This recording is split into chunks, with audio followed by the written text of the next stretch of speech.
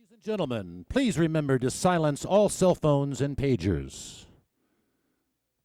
Welcome to the World Affairs Council of Kentucky and Southern Indiana's Global Issues Forum, a series of exciting lectures by newsmakers from around the world.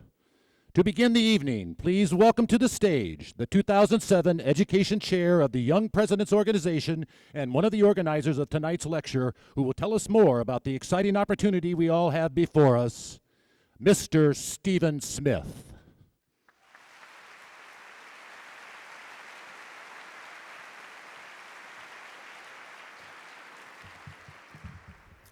Good evening, everyone.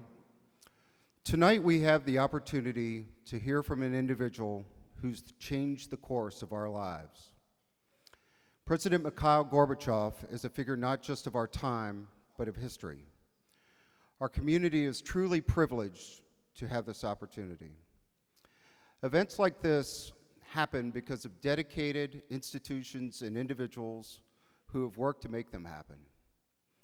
I would like to personally thank Mr. Ben Jones, the World Affairs Council of Kentucky and Southern Indiana, for the leadership it has shown in bringing the Global Issues Forum to our community.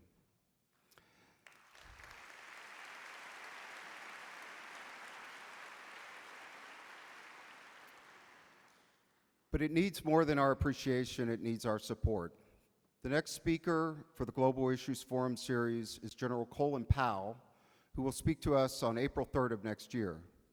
Let me urge each of you to support that event and future events of the Council as it works to bring the world to our community. We also want to recognize the leadership and the vision of our sponsors this evening. The forward thinking and commitment of our corporate leaders, including Mr. Paul Varga of Brown-Forman, Mr. Rick Remmers and Mr. Mike McAllister of Humana, Mr. Phil McHugh of Fifth Third Bank, Mr. Jude Thompson of Anthem, and Mr. Chris Leininger of French Lick Resort and Casino, along with the other public and educational partners, have made this event possible. Together, we are making our community a better place. Tonight, for example, we have in attendance well over 400 students and educators who've traveled from major universities, high schools, grade schools, throughout the Commonwealth of Kentucky and Southern Indiana to be here with us tonight. Our hope for these students is that you will listen, learn, and use this experience to make our communities a better place for our businesses, our citizens, and our families to thrive in the future. To help us show our appreciation for the important work that the World Affairs Council does and recognize its commitment to the Global Issues Forum, I'd like to bring out the World Affairs Council President, Mr. Kevin Lynch, and our Honorable Mayor, Mr. Jerry Abramson.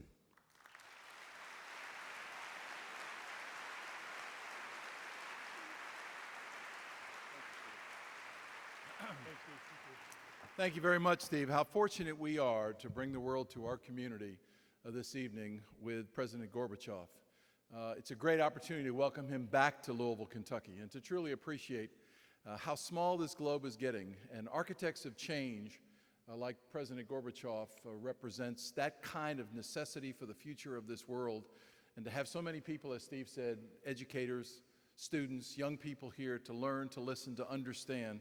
Change doesn't happen easily sometime, but it always takes an outstanding leader. And we have the opportunity to hear someone with that very specialness of leadership that President Gorbachev brings. And as was said earlier, this is the first of several in a series of speakers, and we couldn't thank the YPO crowd enough for their support, the companies that you've just heard in terms of their financial commitment, but it really can't be done without the World Affairs Council.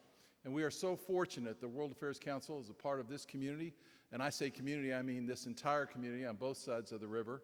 And so on behalf of all of us here, to the board chairman, Kevin Lynch, who is here, we want to proclaim today their day for bringing this Global Issues Forum to us, to give us the chance to learn, to listen, to ask questions, and to walk away better informed, and hopefully with more hope in the future for not only here in Louisville and the United States, but for the world. So Kevin, thank you so much for the leadership of the council. Appreciate it. Thanks a lot. Thank you. Okay? Thanks a lot.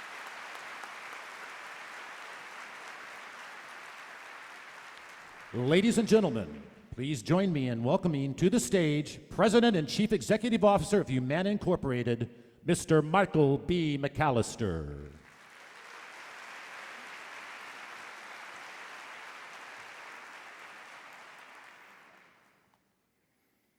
Thank you very much.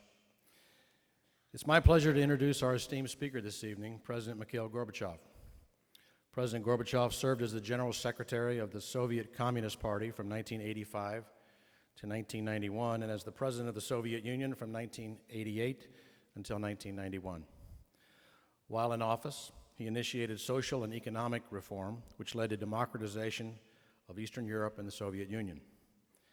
His policies aimed at relaxing tension with the West, particularly the United States, made a crucial contribution to the end of the Cold War. Since leaving office, he's founded several organizations and initiatives that continue his work.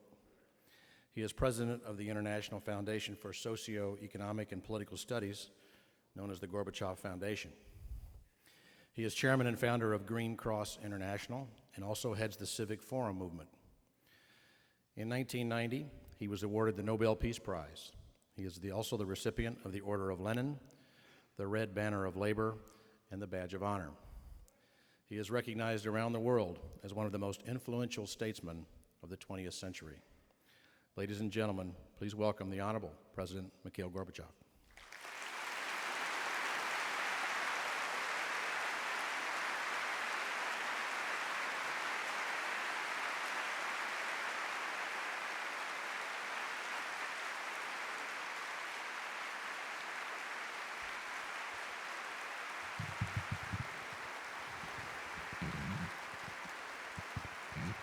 Спасибо.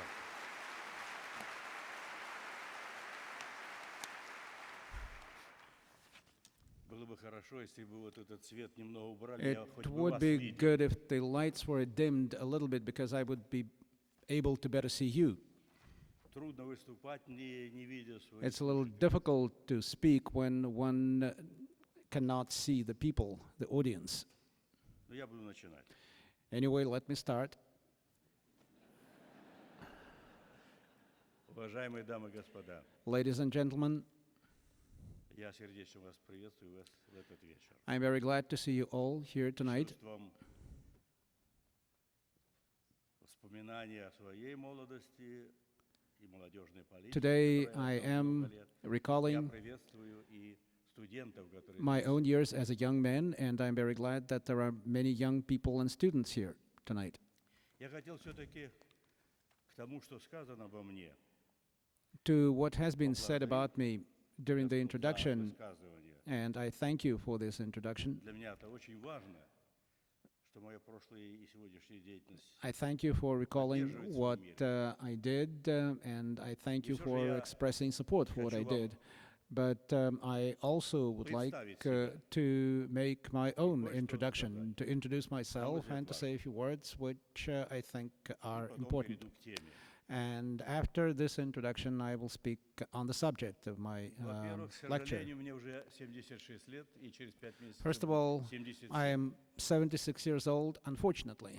I will be 77 in a few Одно months. утешает, что две семерки — это магическая цифра. 7 and 7, it's a magic number. Well, that's some consolation. Из этих 76 лет And of those более 76 50 years, я связан с политикой. I have dedicated more than 50 По years сути дела, to вся моя politics, взрослая жизнь, and in fact, my вся entire сознательная жизнь adult life, my прошла в политике. entire life has been in politics.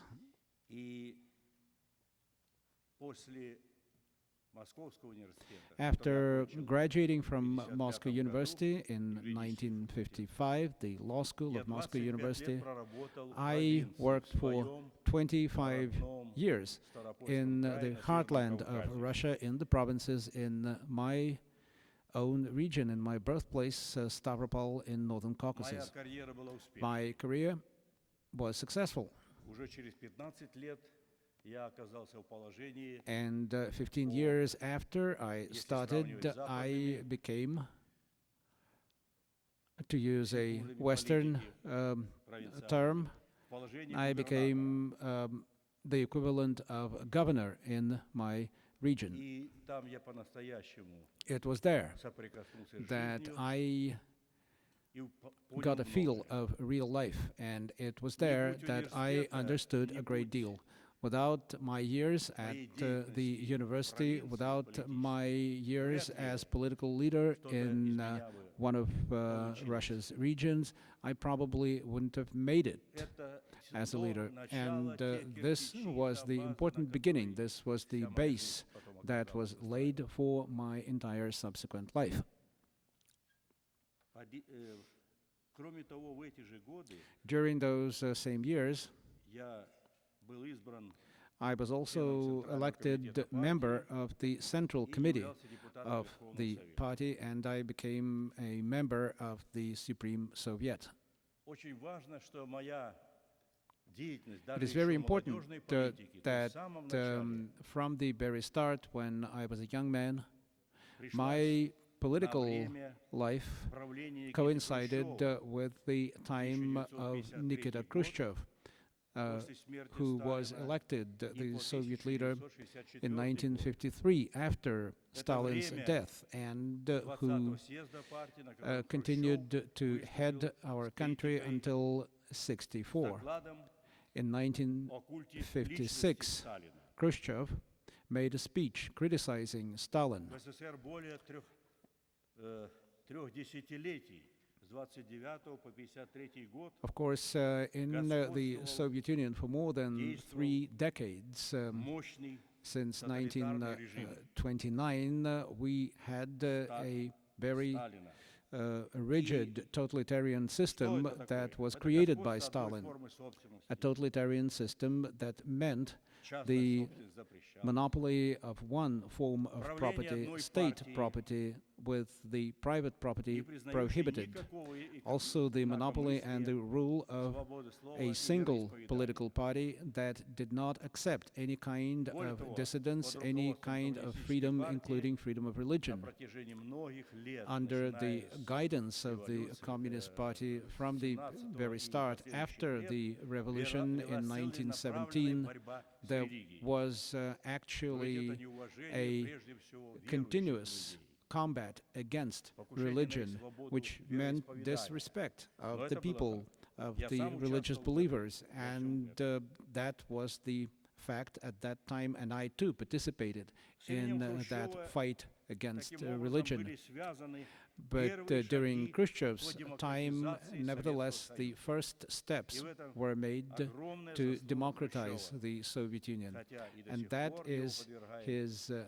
great accomplishment, критике even though в России. he is, even now, still criticized in Russia. Я имел возможность встречаться с Хрущевым, I had a но не chance лично, to но meet участвовал Khrushchev, в not тех мероприятиях, personally, которые он but проводил, I participated in a number of в небольшом круге events людей в беседах. where he spoke, На меня он производил and человека he народного, открытого, impressed me прямого. as a person who was very open, very И direct, and very much of the people. Это был пример He was демократии. an example of a democratic attitude. Моя же работа на посту My own work руководителя as the региона leader of my region, пришлась уже на время правления Леонида Брежнева, that который was вообще правил, during the time of 18 Leonid лет. Brezhnev. правда, He последние was 6 the лет leader уже of the будучи Soviet Union тяжело for больным. 18 years. During his final 6 years, he was very ill. Сначала в своей деятельности Брежнев встал на путь демократических шагов. In the beginning, Brezhnev Приняты too важные adopted меры по certain стимулированию democratic труда рабочих, крестьян, decisions, for а example, затем и to начата была create промышленная incentives for реформа. better work Но in особенно ценили industry and in Брежнева agriculture. за то, что он Brezhnev was also appreciated преодолел нестабильность for overcoming instability. в те времена, которые связаны были The instability с деятельностью Хрущева. that did happen during the time of Nikita Khrushchev. В Время Брежнева я бы охарактеризовал I would это characterize Brezhnev's period как неосталинизм. as neo-Stalinism. Репрессии были прекращены.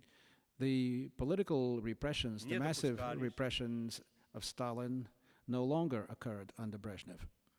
Ну, если точно быть, то массовые репрессии. As I said, massive repressions did not Но occur, контроль, but жесткий there контроль со was стороны партии total, в rigid обществе control сохранялся. in our society. The party controlled everything. Страна, одна из самых образованных And в so мире, our country, which задыхалась was в among несвободе. the best educated countries in the world, was stifled by this lack of freedom. попытки, даже малейшие The attempts of any kind of criticism встречали were met жестокий отпор. with a very Система rigid везде себя защищала, rebuff. охраняла, And the system независимо protected от того, itself, the отвечало system это интересам defended itself, общества, да и просто интересам дела. even though that was inconsistent with the best interest of our society. Вот в это время It was at that time очень трудное, противоречивое, a когда difficult делались time and первые a very попытки после contradictory Сталина time, a выйти time на when новую, we were making жизни. our first attempts и я начинал after Stalin to и работал build a different политики. life. It was at that time that I became a назвал political leader. свою деятельность на посту руководителя And I called региона my own work своей малой as the перестройкой. regional leader my Ибо own little perestroika, Многое мне там удалось. because I did succeed in changing a number of things. Я поверил тогда в It свои was силы. at that time that что I могу брать на became себя more confident. I и believed большую ответственность. that I can assume even greater И в responsibility. это время как раз в 1978 And so it was in 1978 that Leonid Brezhnev invited в me Москву в состав to советского work in руководства. Moscow Сначала as a member of the Soviet leadership, first партии, as затем secretary членом of the Политбюро. Central Committee and then as a member of the Politburo. Затем последовали события, в Following результате that, которых я оказался a number of things happened, во главе руководства Совета. and as a result, I became the leader of my 7 country, лет the я был leader of the должности Soviet Union. генерального секретаря и ЦК КПСС, и президента. For 7 years, I had the position of the General Secretary of the Central Committee and the President of the Soviet Union. Now, for 17 years, I've been in retirement and I've been active in various public causes. Я пришел к руководству СССР I became the leader of the Soviet Union at a нарастания time кризисных when явлений the общества, crisis in our country когда was всё чаще growing, и с большей силой at a time when ставился вопрос more о and more переменах. people were demanding было просто change. This У всех на устах. was the Это было demand требование. of everyone. This Тем более это was обострилось, когда один за something that people уходит из really жизни wanted. генеральный After секретарь. И 3 general secretaries who preceded me died one after another, and it became clear старшее that the поколение, оно, по сути дела, себя leadership of the исчерпало. previous generation had exhausted its potential. По сути дела, в этот момент It was брежневское правление начало at that оборачиваться time застойными that we saw that явлениями the в Brezhnev leadership resulted in stagnation. Stagnation сдавала позиции. in the economy, stagnation in the politics. Уступал по The Soviet Union was производительности труда. lagging behind in terms of 35 раз productivity. в сельском For example, хозяйстве our productivity was и в 1/3 3,5 раза of промышленности. Я говорю, уступал развитым the странам. West's in была agriculture затратная and экономика. 1/3 of the West in industry.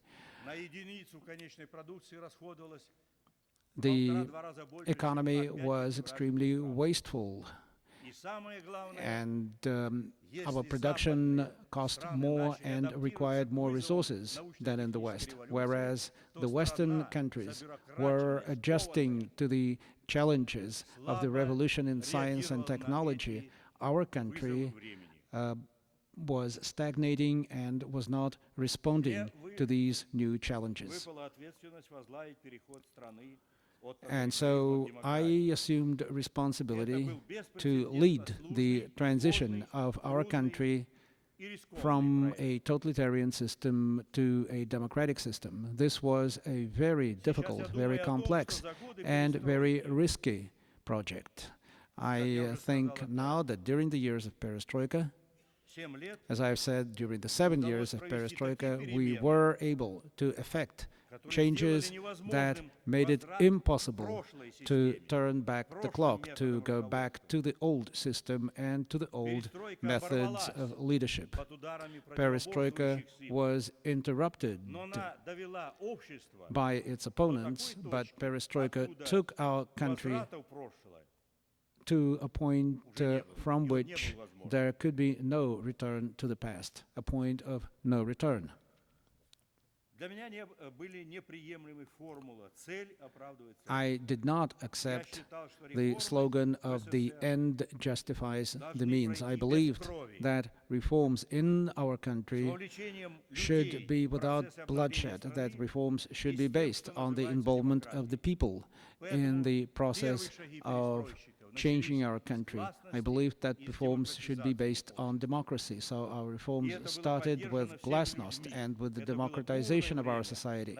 This was supported by our people during the very turbulent beginning of perestroika.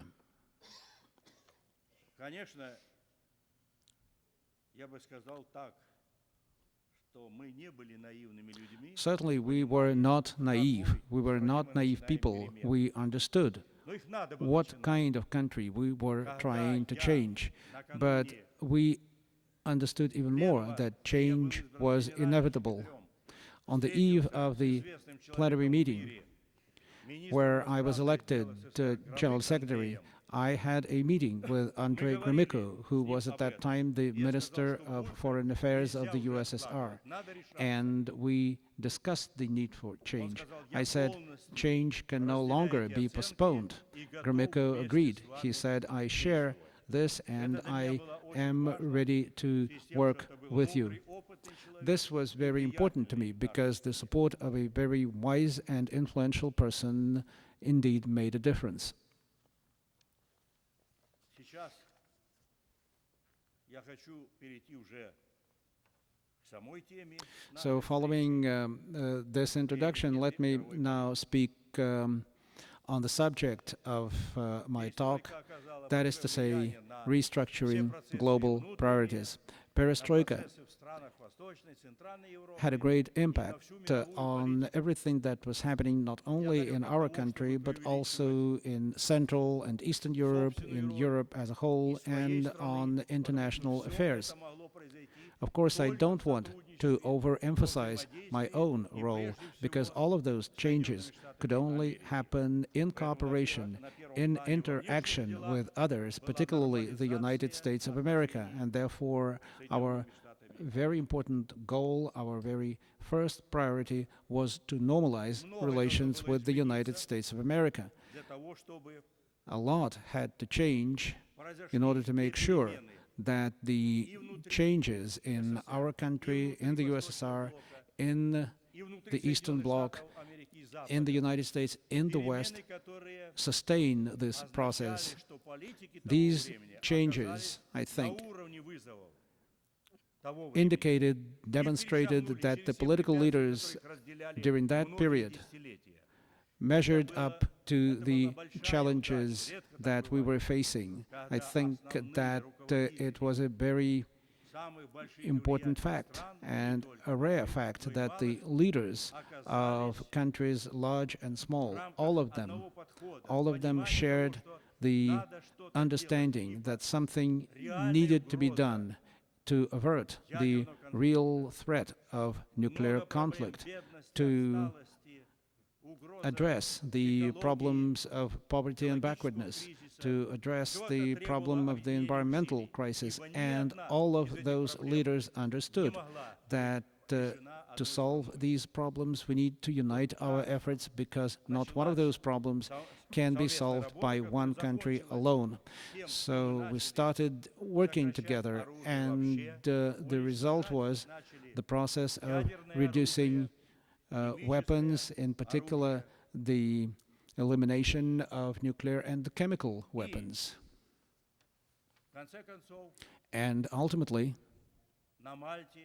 in Malta, in 1989, when I met with the first President Bush, we both stated that we no longer regarded our two countries as enemies, no longer regarded our two countries as adversaries, and that put the final line under the Cold War.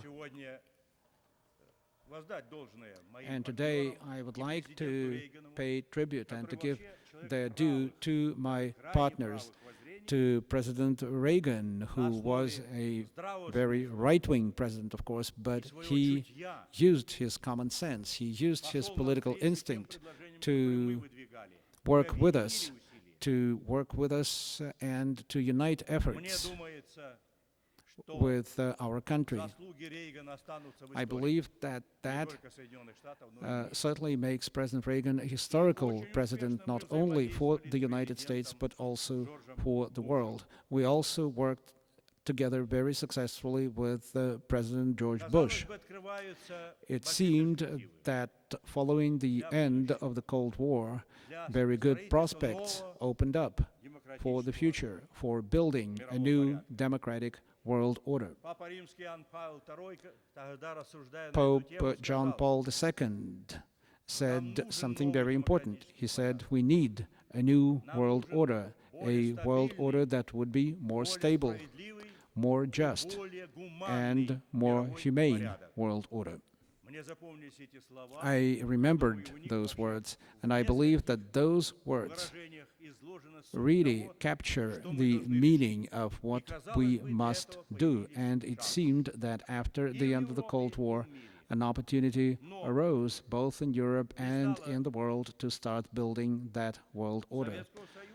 But following the breakup of the Soviet Union, a number of those things that we agreed upon, a number of those goals that we set for ourselves were forgotten, were rejected, were cast aside. And the result was, once again,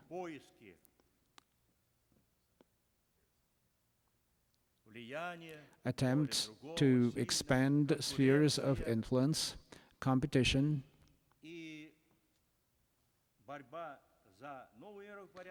and instead of building a better world order, we saw the emergence or attempts to build a unipolar world, a world in which one power center dominates. But this really did not work. And today we are facing a very difficult and a very complex situation, and the bottom line is that we have not used the 15 years after the end of the Cold War in the best possible way. We did not use those years properly. So what we see today is a big overload of our environment. 60% of the ecosystems have been seriously damaged by human activity. We have come to the red line so far as the environment is concerned. And this at a time when only 1/3 of the population of the world live in decent conditions, worthy of mankind, whereas a half of the world's population live on $1 or $2 a day. And even so, our environment has suffered tremendously and is in danger. This is why I believe that the environmental problem is our #1 priority. We need to develop strong measures to protect the environment.